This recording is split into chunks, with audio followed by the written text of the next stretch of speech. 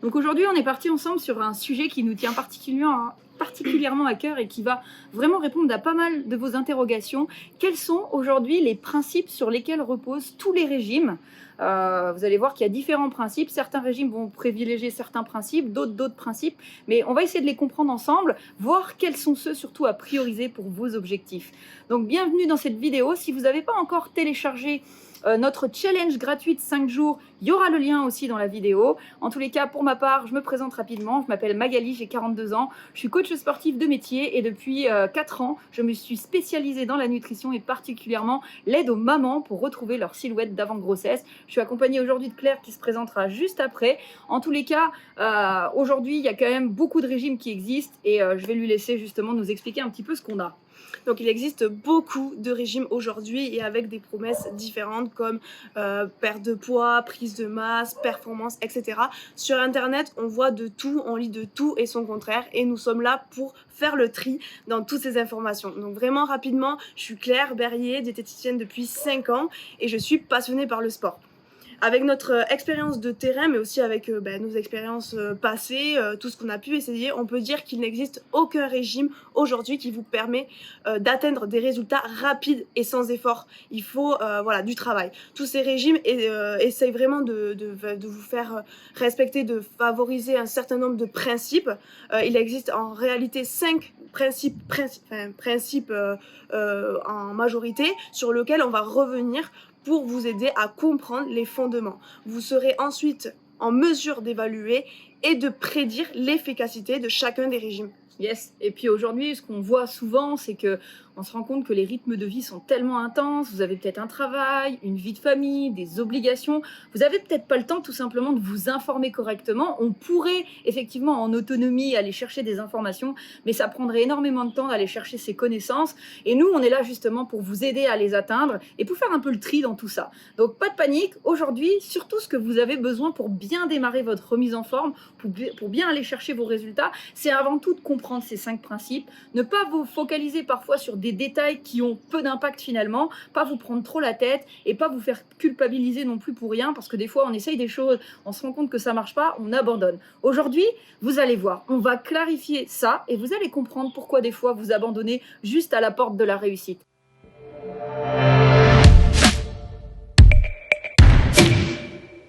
Donc il y a beaucoup de régimes et beaucoup de régimes, par exemple, on a le régime de keto qui enlève tous les glucides, on a aussi le jeûne le matin, c'est-à-dire que le jeûne intermittent, mais tous ces régimes, etc., amènent à une chose, c'est la perte de poids. Et le principe de base, c'est quoi? C'est le déficit calorique. C'est le premier et le plus important des 5 principes, donc c'est la balance calorique. Tu peux l'expliquer un peu la balance calorique de toute façon pour qu'ils comprennent. Voilà, la balance calorique c'est quoi? C'est justement le rapport entre les calories consommées et nos dépenses journalières. Ouais, donc voilà, donc si vous voulez perdre du poids, finalement vous mangez moins de calories que ce que vous consommez. Si vous voulez en prendre, du coup il faut manger plus de calories que d'habitude, que ce que vous consommez sur une journée standard.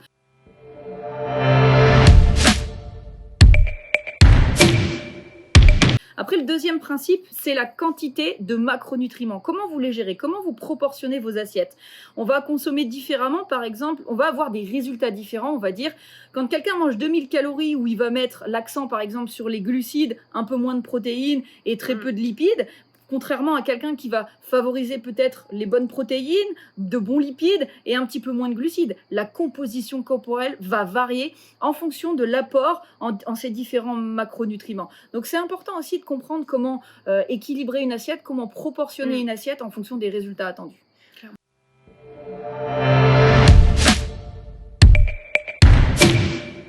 Le troisième, c'est le timing. Donc, quand et comment vous répartissez en fait vos repas, votre consommation dans la journée. Ouais. Donc ça, c'est vraiment essentiel. Ouais, le timing, c'est important. Vous allez voir que les collations ont leur importance. C'est ça, si vous n'avez pas encore de données là-dessus, pareil, venez nous voir.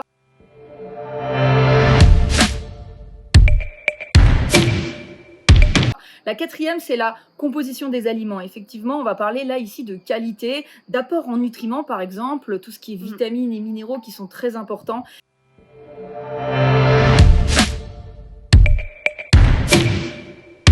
Et le 5e point clé, c'est la complémentation.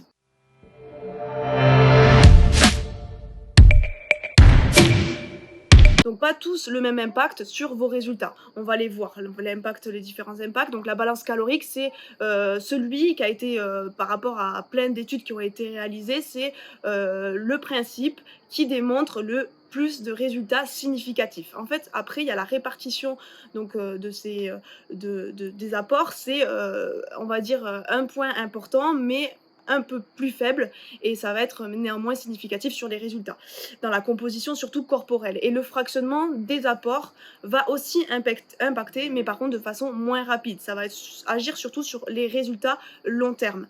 Et enfin, l'origine et la qualité des aliments ainsi que la supplémentation vont avoir un impact quasi indétectable. Ouais, si on pouvait faire un petit peu si on pouvait vous donner des données chiffrées par exemple, on va comprendre que finalement la balance calorique va agir dans 50% des résultats. Si vous voulez perdre du poids, c'est d'abord la balance calorique qui va jouer, donc il va falloir travailler sur les calories. Par contre, nous, on a l'habitude avec Claire de ne pas faire un déficit calorique si vous voulez perdre du poids avec évidemment la nutrition, puisque sinon on tombe dans la notion de régime, mais plutôt en amenant plus de sessions de sport, on va dire ajustées, c'est-à-dire avec un bon impact métabolique sur lequel vous allez avoir une bonne dépense énergétique, et ça sur plusieurs jours. Là, on a un déficit calorique, mais qui va être plus intéressant que le déficit calorique sur la nutrition. Mais c'est 50% du travail. Ensuite, il y a la répartition des macronutriments. Donc, comment vous allez ajuster votre assiette, ça c'est 30% de vos résultats. Le timing, comment vous allez fractionner vos apports, parce que votre corps finalement, il a besoin de tout régulièrement et on va fractionner ça.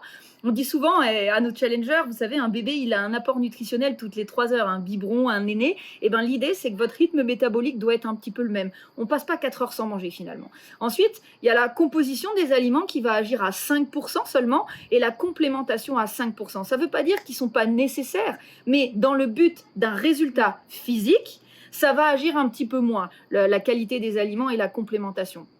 Donc, si vous mangez aujourd'hui sainement, c'est bien de manger sain, mais est-ce que vous mangez sain et équilibré ou juste sainement et pas équilibré sur vos macronutriments? Si vous vous complémentez aujourd'hui, c'est intéressant d'aller chercher des déficits en vitamines, etc. Mais si vous ne vous préoccupez pas de votre balance calorique et de la répartition de vos macros et de votre timing, vous ne pourrez pas atteindre les résultats que vous souhaitez car vous profitez finalement que de 10% des résultats potentiels de votre alimentation. Donc il est vraiment important de mentionner que ces résultats concernent l'impact sur la composition corporelle, mais aussi sur la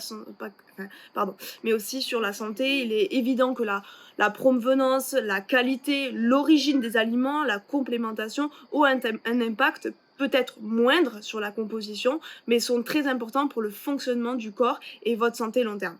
Voilà, donc mot de la fin, veillez à tout ça, prenez en considération tout, mais pour des résultats, c'est d'abord la balance calorique, c'est d'abord la gestion des macronutriments, ensuite la répartition et finalement la complémentation et effectivement la qualité des aliments qui va venir surtout sur le long terme. Vous allez avoir des résultats évidemment avec, c'est important aujourd'hui, on en a vraiment conscience, mais ça agira peut-être plus sur la longueur.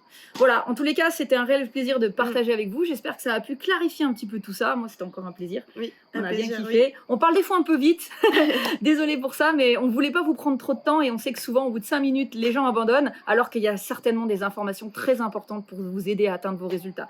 Donc, c'est tout pour nous. Bonne fin de ce que vous faites. Fin de journée si vous êtes en journée. À très bientôt. À très bientôt.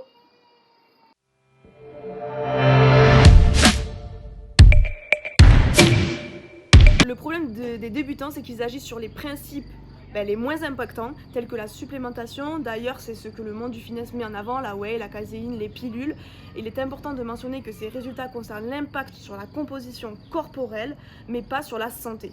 Il est évident que la provenance, la qualité des aliments, la complémentation ont un impact peut-être moindre sur la composition corporelle, mais sont vraiment très importantes pour le fonctionnement du corps et votre santé long terme.